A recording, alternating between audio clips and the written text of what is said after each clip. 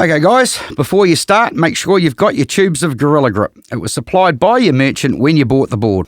You'll also need some 8 gauge by 50mm countersunk screws and a rubber mallet. First up, check you've got your joist spacings correct.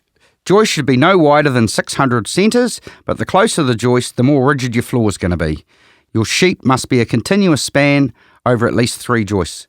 Before you put down your first sheet, whack some nails into the joist to hold the first panel in place.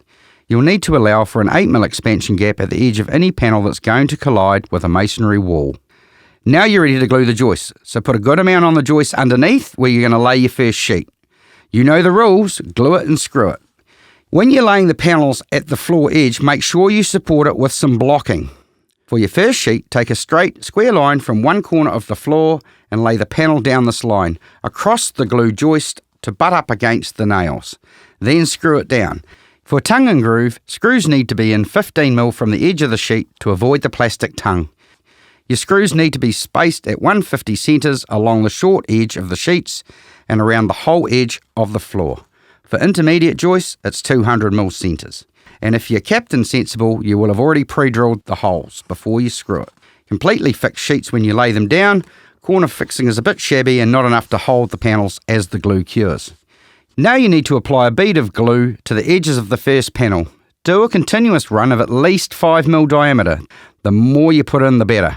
And on the top and bottom of the plastic tongue. The stuff cures fast, so don't mess about. Fix the next panels within 15 minutes of the glue being applied, or you're going to be in trouble. You'll know when you've done it right when the glue squeezes out from between the sheets as you push them together.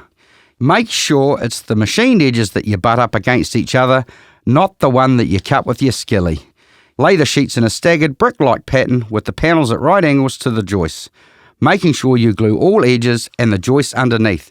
This will stop the squeaking and peaking and any squealing from your client.